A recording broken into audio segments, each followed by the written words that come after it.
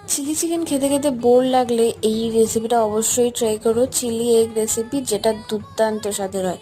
প্রথমে ডিমের মধ্যে নুন আর চিলি ফ্লেক্স দিয়ে ভালো করে ফেটিয়ে নেবো। তারপরে একটা বাটিতে তেল মাখিয়ে ডিমগুলো দিয়ে ঢাকনা আটকে ফুটন্ত জলের ওপর বসিয়ে দেবো বাটিটা।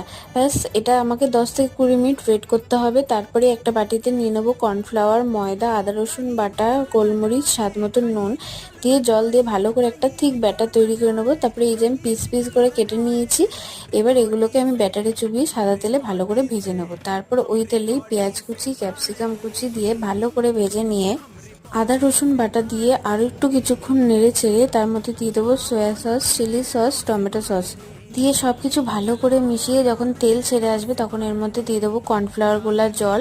তারপরে এর মধ্যে দিয়ে দেবো আগের থেকে ভেজে রাখা ডিমগুলো দিয়ে ভালো করে নাড়িয়ে চাড়িয়ে ফুটিয়ে নেবো। ব্যাস, তাহলেই তৈরি হয়ে যাবে আমাদের এই egg chilli recipe. Thank you.